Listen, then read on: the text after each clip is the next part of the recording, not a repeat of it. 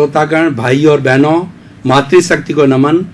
Channel 24+ news के खास, विशेष, मनमोहक, अच्छा इंसान बनाने वाला, इंसानियत के गुण सिखाने वाला, बच्चों और युवाओं में संस्कार भरने वाला, मानव जाति का कल्याण करने वाला पुनरुत्थान कार्यक्रम में आपका हार्दिक स्वागत है, अभिनंदन है, सत्कार है। पुनरुत्थान कार्यक्रम में प्रतिदिन नए नए विषय प्रस्तुत किए जाते हैं और नए नए विषय प्रतिदिन टीवी पर दिखाए जाते हैं। कोई बासी विषय नहीं दिखाया जाता है, क्योंकि पुनरुत्थान कार्यक्रम एक बहुत बड़ी जो है हमारी श्रृंखला है प्रवचनों की। तो उसी क्रम के अंदर आज का एक विशेष जो है राष्ट्रभक्ति का जो विषय है हम आपके सामने प्रस्तुत कर रहे हैं। तो आज का हमारा विषय है राष्ट्रहित सर्वोपरि। भाई और बहनों, दर्शकगण, श्रोतागण, देखिए कि यहाँ पर एक आ गया है कि राष्ट्रहित, दूसरा सर्वोप्रिय, दो शब्द है। अब राष्ट्र किसे कहते हैं, राष्ट्र कैसे बनता है? राष्ट्र की सबसे छोटी इकाई मनुष्य है और मनुष्यों के समूह को समाज कहा जाता है। पशुओं का भी समूह होता है जिसको समज कहते हैं। केवल एक मात्रा का अंतर है, लेकिन दोनों समूह में रात और दिन का अंतर है, पूर्व पश्चिम का अंतर है कि मनुष्यों का समूह होता है वो चेतना वाला समूह होता है, वो चिंतनशील मनुष्य समूह होता है और वो विवेक पूर्ण समूह होता है। पशुओं के समूह में विवेक नहीं होता है, मात्र उनका जो है वो खाना पीना और ऐश आराम इंद्रिय सुख तक सीमित होता है। मनुष्य एक विवेकशील प्राणी है। विवेके धम्ममाये, विवेक ही धर्म है। ये क्यों कहा गया है कि व्यक्ति अपनी कॉमन सेंस जब लगाता है, विवेक का उपयोग करता है, जो प्रज्ञा के जगत में जाता है, और प्रज्ञा हमेशा हितकारी होती है, प्रज्ञा मोक्ष की रिप्रेजेंटेटिव होती है। बुद्धि हमें भटका सकती है लेकिन प्रज्ञा हमें नहीं भटका सकती है। तो प्रज्ञा जो है मैं वही जाता है जो विवेकशील प्राणी होता है, और मनुष्य ही जाता है, इसलिए मनुष्य को विवेकशील प्राणी कहते हैं। इस तरीके से मनुष्य से समाज बनता है, समाज से राज्य बनता है, राज्य से राष्ट्र बनता है, और राष्ट्र से जो है वो हमारा विश्व बनता है। आज विश्व के अंदर छोटे बड़े 210 राष्ट्र हैं, जिसमें से 199 राष्ट्र जो है वह यूएनओ के सदस्य, वो डेमोक्रेटिक हैं। दूसरों के अंदर अभी भी राजतंत्र चल रहा है। तो लगभग 200 देशों के समूह को यूएनओ कहते हैं।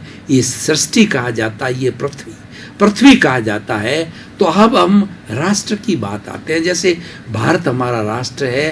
सार्क देशों की बात करें, पाकिस्तान, बांग्लादेश, अफगानिस्तान, म्यांमार, श्रीलंका, नेपाल, भूटान, ये 8 जो सार्क कंट्री है वो सार्क कंट्रीज कहलाती है, मतलब पड़ोसी राज्य कहलाते हैं, पड़ोसी देश कहलाते हैं। तो हमारा भारत देश है, हम भारत देश के निवासी हैं, हम आर्यों की संतान हैं। हमें अपने देश पर गर्व होना चाहिए। और भाई और बहनों, दर्शकगण, श्रोतागण, मैं तो आपको कहना चाहता हूँ हम अत्यंत भाग्यशाली हैं कि हमने ऐसे आर्य देश के अंदर जन्म लिया जो कि विश्व का धर्म गुरु देश रहा है, आज भी है और आगे भी रहेगा। क्यों? कि हमारा जो राष्ट्र है अहिंसा प्रधान राष्ट्र है। आप हिंदुस्तान का 2000 साल का इतिहास उठा करके देखिए, हम गुलाम रहे लेकिन हमने चलाकर किसी पर आक्रमण नहीं किया। किसी ने, चाहे शक हो, हूण हो, मुगल हो, खिलजी हो, डच हो, पुर्तगाली हो, चाहे ब्रिटिश हो, सब ने हमारे पर आक्रमण किया तो हमने मुंह तोड़ जवाब दिया। हमारे राजा महाराजा वीर है, योद्धा है। ये बात अलग है कि हमारे जो है राजाओं के अंदर फूट रही, अलग अलग रियासतें थी, आपस में लड़ती थी, और बाहर की आने वाली शक्तियों ने, चाहे ब्रिटिश हो, चाहे डच हो, चाहे मुगल हो, चाहे खिलजी हो, सब ने डिवाइड एंड रूल का फॉर्मूला लगाया और हमारे राजाओं को बीच के अंदर लड़ाया। योद्धा तो थे ही, वो आपस के अंदर इस तरीके से वो कान के कच्चे होते हैं, तो उनको लड़ाने की वजह से हम आपस में लड़ते रहे और हम गुलाम बने रहे। हमारे 2000 वर्ष तक गुलाम बनने का एक ही कारण है कि हम आपस में लड़ते रहे। योग्यता की हमारे में कमी न तो पहले थी और आज भी नहीं है। खैर, मैं ये बताना चाह रहा हूं कि दुनिया को शिष्टाचार देने वाला, दुनिया को मानवता सिखाने वाला, दुनिया को जो है वो दर्शन देने वाला वो भारत देश है। भारत सोने की चिड़िया थी और आज भी आप देखिए कि अमेरिका जैसे देशों के अंदर आर्थिक संकट आने से बैंकें हिल गई, उनका दिवाला पिटने लग गया, लेकिन ऐसी स्थिति में भी भारत के अंदर कोई भी परिवर्तन नहीं आया, क्योंकि हमारा भारत है, अनेकता में एकता है, डाइवर्सिटी, यूनिटी अमॉन्ग डाइवर्सिटी है। भारत में अनेक जातियां हैं, अनेक धर्म हैं, अनेक संस्कार है, अनेक पूजा पाठ है, अनेक रिचुअल्स हैं, अनेक तौर तरीके हैं, अनेक वेशभूषा हैं। लेकिन सब कुछ होने के बाद भी जब भारत का तिरंगा झंडा सामने आता है तो हम यूनाइटेड हो जाते हैं। भाई और बहनों, दर्शकगण, श्रोतागण, मैं आपको महात्मा गांधी का जो नारा था कि अंग्रेजों देश छोड़ दो, भारत छोड़ो आंदोलन चालू किया, और जब साउथ अफ्रीका के अंदर उनकी इंसल्ट की गई 1910 के अंदर, तो और उनको जो है काला होने के कारण श्वेत लोगों ने ट्रेन से नीचे पटक दिया और भी कई तरह की इंसल्ट करी, तो उन्होंने भारत में आकर के ये ठान ली कि मुझे स्वराज चाहिए, मुझे स्वतंत्रता चाहिए, और उन्होंने पूरा जीवन कस्तूरबा सहित जो है उसके अंदर होम दिया। कल मैं दिल्ली में था तो बा कस्तूरबा 100 बापू 150 जो है जयंती 2019 के अंदर मनाई जाने वाली है। और भाई और बहनों, दर्शकगण, श्रोतागण, मैं आपको कहना चाहता हूं कि महात्मा गांधी ईश्वर के बाद कोई ऐसा व्यक्ति है जो कि बहुत बड़ा विश्वसनीय है और जिसका बहुत बड़ा चरित्र है, तो वो गांधी है, महात्मा गांधी है, और उसने भारत में जन्म लिया, उसको विश्व मान रहा है, और उसी विश्व ने यूएनओ के अंदर, क्योंकि महात्मा गांधी ने जो देश को आज़ादी दिलाई वो सत्य और अहिंसा के आधार पर, सत्याग्रह के आधार के ऊपर अड़े रहे, अहिंसा के आधार पर आज़ादी दी। ये विश्व के अंदर एक बहुत बड़ा उदाहरण है। उसी को प्राप्त करके नेल्सन मंडेला ने अपने देश को, जो अश्वेत की लड़ाई को भी अहिंसा के रूप में लड़ा, ओबामा उसके उदाहरण है, अहिंसावादी, मतलब अहिंसा को टूल बना करके और अहिंसा और सत्य को टूल बना करके, जैसा महात्मा गांधी ने आज़ादी प्राप्त की। आज बहुत से राष्ट्र उसी लाइन के ऊपर, राष्ट्र के क्रांतिकारी उस लाइन के ऊपर चल रहे हैं और वो सारे डेमोक्रेटिक होने लगे हैं। तो मैं ये कहना चाहता हूं कि राष्ट्रहित क्या होता है? वह जब ये आंदोलन छिड़ा कि हम जो है अंग्रेजों भारत छोड़ दो, तो हमारा तिरंगा झंडा लेकर के बच्चे, बूढ़े, युवा, महिलाएं, गांव के अंदर जो है एक जन क्रांति आई, पूरे भारतवर्ष के अंदर आंदोलन छिड़ाया और उनके ऊपर गोलियां बरसाई गई, अत्याचार किए गए, जेलों में ठूसा गया। जलियांवाला बाग जैसा जो एक कुएं के अंदर हजारों लोगों को जो है डाल करके, और उनके ऊपर डायर नाम के वो वहाँ के अंग्रेज ने उनके ऊपर गोलियां चलाई। कितनी प्रतर्षना की जाए उनकी। शहीद भगत सिंह जैसे और से बहुत से उनके साथियों ने जो है वो सूली पर चढ़ करके और वहाँ वंदे मातरम कहते गए और जय भारत के नारे लगाते गए। वंदे मातरम ये हमारा झंडा और वंदे मातरम भारत माता की जय के आधार पर जो देश को आज़ादी मिली है, वो कैसा माहौल था उसका मैंने आपको चित्रण किया। यानी उस वक्त हमारा देश हित सर्वोपरि हो गया था। हमने, महात्मा गांधी ने ठाना कि ये लोग हमारे साथ के अंदर जो बुरा व्यवहार करते हैं, हमारी धरती, हमारा पानी, हमारी व्यवस्था और हम पर ही राज करते हैं, हमारी क्या जरूरत है उसके लिए? हमें स्वयं का जीवन जीना है, स्वराज्य प्राप्त करना है और देश के हित को सर्वोपरि रखना है, देश के सभी भाइयों का सर्वोदय करना है, सबको समानता का अधिकार मिले, सबका उदय हो, सभी भाईचारे से रहें और हम अपनी व्यवस्था और प्रजातंत्र के रूप में चलाएं। प्रजातंत्र लोकतंत्र के रूप में चलाएं। लोकतंत्र का उन्होंने जो महात्मा गांधी ने नारा दिया कि हमारे देश की व्यवस्था हमारी जनता के द्वारा, जनता से और जनता के लिए है, यानी प्रमुख जनता है। तो देश हित सर्वोपरि मतलब जनता हित सर्वोपरि है। और जहाँ देश हित की बात आती है, लोगों ने कुर्बानियां दी, तो हमें भी आज ये समझना चाहिए देश हित की बात होती है तो अपना स्वयं का हित जो है वो अलग रखना चाहिए, सैक्रिफाइस करना चाहिए कि मेरे देश के लोगों को मेरे द्वारा कोई भी कष्ट नहीं हो। मैं कोई भी प्रवृत्ति करता हूँ, मैं कोई भी व्यवसाय करता हूँ, उससे अगर मेरे भाइयों का शोषण होता है, भाइयों के स्वास्थ्य के ऊपर बुरा प्रभाव पड़ता है और उनको कोई कष्ट होता है, तकलीफ पहुँचती है, तो ऐसा कार्य नहीं करना चाहिए। दर्शकगण, श्रोतागण, भाई और बहनों, हम काफ़ी समय से जो है गहन चिंतन कर रहे थे। अब हमें थोड़ा सा ब्रेक लेने की आवश्यकता हुई है। हम ब्रेक ले रहे हैं, ब्रेक के बाद पुनः हाजिर होंगे।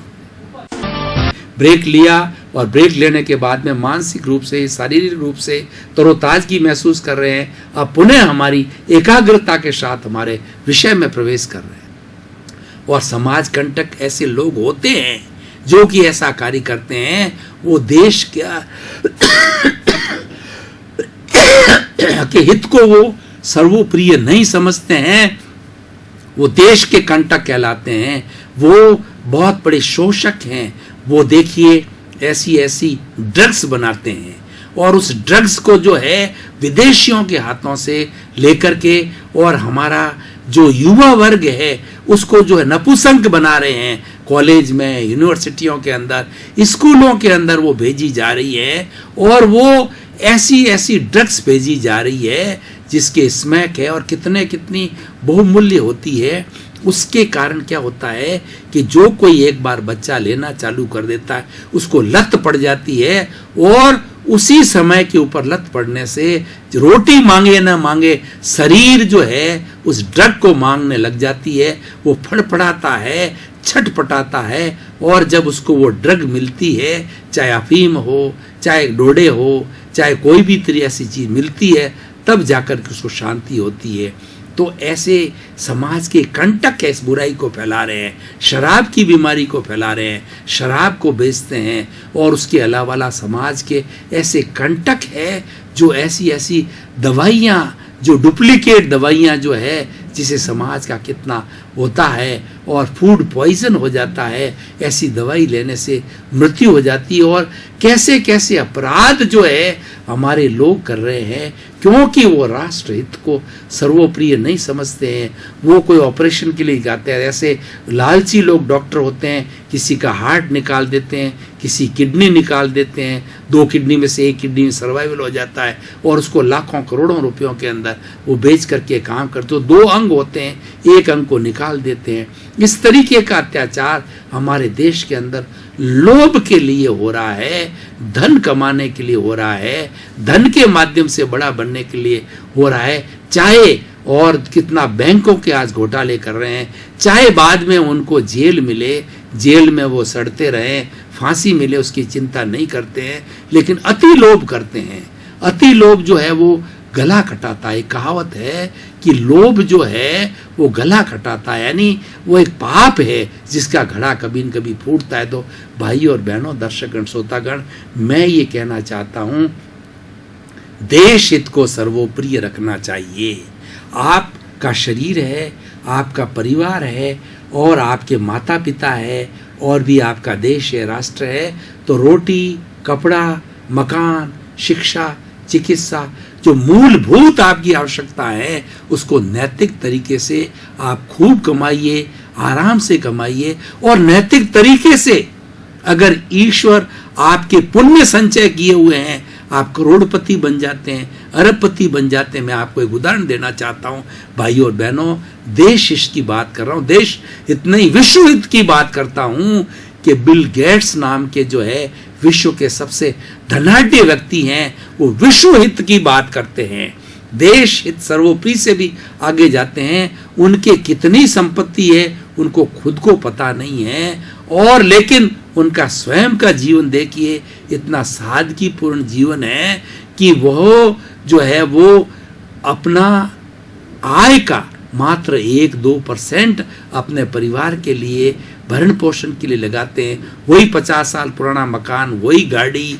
वही बेडरूम, वही रहने का, लेकिन वो ईश्वर के दूत हैं, वो परोपकारी है, वो देश हित की बात करते हैं, विश्व हित की बात करते हैं, और सारा पैसा जो है वह समाज कल्याण में लगाते हैं, ट्रस्ट के माध्यम से जनता की भलाई के लिए लगाते हैं। देखिए, आजकल राष्ट्रवाद को बुरा कहा जा रहा है और लोग कहते हैं राष्ट्रवाद जो है ये अच्छा नहीं है, अब हमको वैश्विक स्तर पे जाना।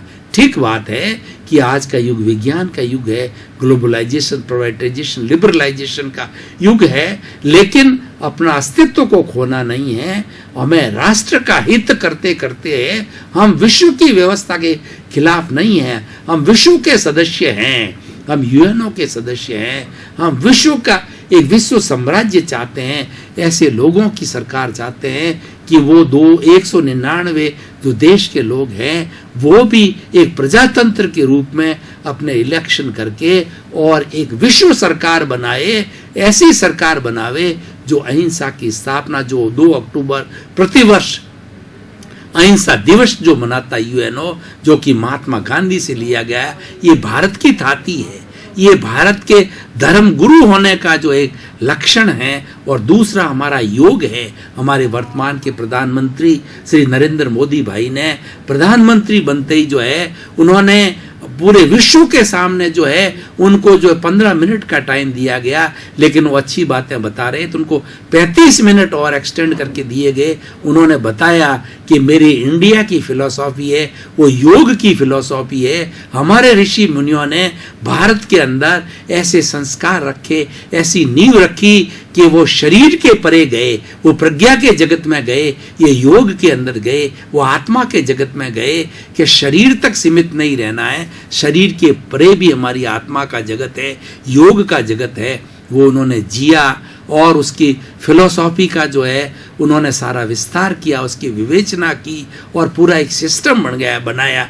पतंजलि योग जो उसका एक मॉडल है, ऐसे बहुत से योग हैं, अष्टांग योग हैं। अगर व्यक्ति अष्टांग योग को जीता है तो वह व्यक्ति सबसे बड़ा राष्ट्र हित रखने, सर्वोपरि रखने वाला व्यक्ति बनता है, क्योंकि अष्टांग योग के अंदर वह ताकत है कि शरीर को पुष्ट रखता है। वो 5 तरह के स्वास्थ्य, हमारा होलिस्टिक हेल्थ जो वर्ल्ड हेल्थ ऑर्गेनाइजेशन ने परिभाषा दी है, physical health, mental health, emotional health, spiritual health और सोशल हेल्थ, 5 तरह की हेल्थ का होलिस्टिक हेल्थ देने वाला योग है। और 5 तरह की जो स्वस्थ व्यक्ति है वह हमेशा राष्ट्र हित को सर्वोपरि रखेगा, क्योंकि स्वस्थ का मतलब होता है कि अपने भीतर अवस्थित होना, भीतर का मतलब अपनी आत्मा में रखना। जो व्यक्ति आत्मवत रहेगा, अपने जैसी आत्मा को, विश्व की सभी आत्माओं को, सभी चराचर जगत के जीवित प्राणियों के अंदर वही चेतना का अनुभव करेगा, तो वह वस्तु वो वसुधैव कुटुंब का सदस्य हो गया, उसकी यूनिवर्सलाइज योर कॉन्शियसनेस के फॉर्मूले पर आ गया, अवधारणा पर आ गया, सबको समान समझना लगेगा और वो एक विश्व मानव बन गया। ऐसा व्यक्ति अपने जो देश के हित को सर्वोपरि रखता है, देश के हित को सर्वोपरि मानने वाला व्यक्ति कभी शोषण नहीं करेगा, कभी अत्याचार नहीं करेगा, कभी किसी बुराई को जगह नहीं देगा।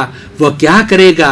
वह परोपकार करेगा, अपना तन मन धन समाज के लिए लगाएगा, समाज सेवा के लिए लगाएगा, परोपकार करने के लिए लगाएगा। और उसका अगर बहुत बड़ा स्तर है तो वह राष्ट्र हित में लगाएगा। मान लीजिए मेरे जैसा प्रोफेसर व्यक्ति है, जिसको कि पढ़ा लिखा है, जिसके पास ज्ञान है, अनुभव है, मैं 20 साल से वानप्रस्थ जीवन जी रहा हूँ, तो हजारों हजारों एपिसोड जो के माध्यम पे मैंने अपने समाज के कल्याण के लिए, देश हित के लिए, मानव हित के लिए, वैश्विक हित के लिए जो है मैंने अपनी बात को रखा है, ताकि कि उसके माध्यम से जो हमारी पीढ़ी है, युवा पीढ़ी है, उन संस्कारों को ग्रहण करे और वो एक ऐसे भारत का निर्माण करे, ऐसे विश्व का निर्माण करे जो वसुधैव कुटुंबकम की अवधारणा पर आधारित हो। हम सभी भाई हैं, सभी मानव हैं, और ऐसा मानव धर्म की स्थापना करें